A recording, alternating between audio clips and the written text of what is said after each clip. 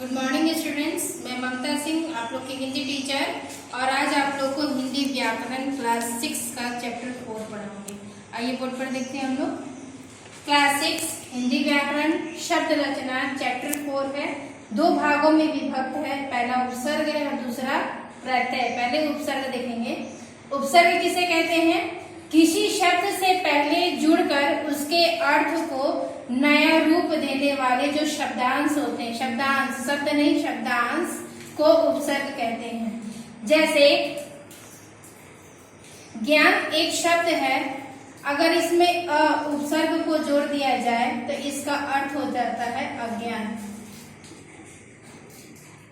ये अ जो है उपसर्ग है, यहाँ पे जुड़ गया और उसका अर्थ में परिवर्तन कर दिया, क्योंकि पहले ज्ञान का अर्थ था ज्ञान होना यानी परिचित होना, किसी चीज की जानकारी होना। और जैसे ही अ उपसर्ग जुड़ा तो ये उपसर्ग जुड़ने के बाद जो शब्द की रचना हुई वो हो गया अज्ञान, जिसका अर्थ हो गया किसी चीज का ज्ञान नहीं है। इस तरह से जो शब्द रचना जो शब्दांश जुड़ता है और नए शब्द की उत्पत्ति होती है और जिसमें बदलाव होता है उसे हम उपसर्ग कहते हैं। हिंदी में उपसर्ग 4 प्रकार के होते हैं, 4 प्रकार के। पहला होता है संस्कृत के उपसर्ग। संस्कृत के उपसर्ग जो संस्कृत की भाषा से शब्दांश जो हमारे हिंदी में जैसे कि जैसे प्रयोग किए जाते हैं उसे संस्कृत के उपसर्ग कहते हैं। पहला देखेंगे उपसर्ग का उदाहरण। अति का मतलब होता है अधिक होना, यानी उदाहरण है इसका अतिरिक्त। अधि का मतलब होता है ऊपर, यानी किसी चीज पर अधिकार होना। अनु उपसर्ग है, अगर इसे जोड़े पीछे के ऊपर, पीछे इसका अर्थ होता है। अनु का मतलब होता है पीछा करना, जैसे अनुचरण, अनुसरण इत्यादि। जैसे इससे वाक्य शब्द बन गया अनुकूल। अभी एक उपसर्ग है, इस उपसर्ग का अर्थ होता है सामने। अगर शब्द की रचना करेंगे तो हो जाएगा अभिनय। इसी तरह यहाँ देखिए प्रति का अर्थ होता है विरुद्ध होना, जैसे प्रतिकार। अ का अर्थ होता है कमी, यानी जिस शब्द में ये जुड़ जाएगा उसमें कमी का भाव बताएगा, जैसे अज्ञान। सत्य का अर्थ होता है अच्छा, और अगर इसकी शब्द रचना करेंगे तो हो जाएगा सत्कर्म। उत एक शब्दांश है जिसका अर्थ होता है या तो ऊंचा भी कह सकते हैं या सच्चा या ऊंचा, दोनों अर्थ होता है। और इससे शब्द रचना करेंगे तो उत से होता है उत्कर्ष। परा का अर्थ होता है दूसरा, अगर इससे शब्द रचना करेंगे तो पराजय। प्र का अर्थ होता है आगे, अगर शब्द रचना करेंगे तो प्र से प्रभाव। ये हो गया संस्कृत के उपसर्ग। दूसरा देखेंगे हिंदी के उपसर्ग। हिंदी के उपसर्ग है, उसके अर्थ है और उससे संबंधित उसका उदाहरण है। अ यानी कमी होना, जैसे अधम। भर का मतलब होता है किसी चीज से भरा हुआ, यानी जैसे भरपेट। अध का मतलब होता है आधा, अगर शब्द बनाएंगे जैसे अधखुला, अधज्ञान इत्यादि। दू का शब्द का अर्थ होता है दो, जैसे दुगुना। बिन का शब्द का अर्थ होता है बिना, यानी उसके बिना, जैसे अर्थ बनाएंगे बिन बुलाया। शुभ शब्दांश का अर्थ होता है अच्छा, शब्द बनाएंगे जैसे सुडोल। नी शब्दांश का अर्थ होता है कमी, जहां जुड़ेगा उसमें कमी का भाव बताएगा, शब्द बनाएंगे जैसे निकम्मा। श शब्दांश का अर्थ होता है सहित, और इससे शब्द की रचना बनाएंगे तो हो जाएगा सपरिवार।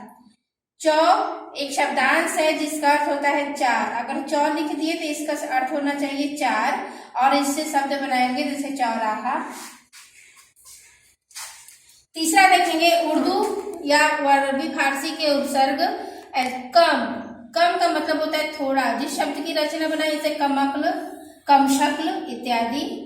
खुश का अर्थ होता है अच्छा, जैसे खुश मिजाज, खुशकिस्मत इत्यादि। दर का अर्थ होता है में, जैसे दरअसल, दरकार इत्यादि। ना शब्दांश है, इसका अर्थ होता है अभाव, जहां जुड़ जाए उसमें अभाव बताएगा, जैसे नामुमकिन इत्यादि। ये चौथा प्रकार है जो दो उपसर्गों का एक साथ प्रयोग दिखाया जाता है। ये उपसर्ग है जो दो उपसर्ग है उसके बाद इसका मूल शब्द है और तब नया शब्द का रचना करेगा। पहला उपसर्ग है सम, दूसरा उपसर्ग है आ, दोनों को मूल शब्द में मिलाएंगे। जैसे कि मूल शब्द है चार, तो शब्द क्या बना जाएगा? समाचार। ये दो उपसर्ग जुड़ गए। प्रति उपसर्ग है, उप उपसर्ग है, कार शब्द मूल है, अगर इसको जोड़ दे इसके साथ तो शब्द की रचना करेगा प्रतिकार।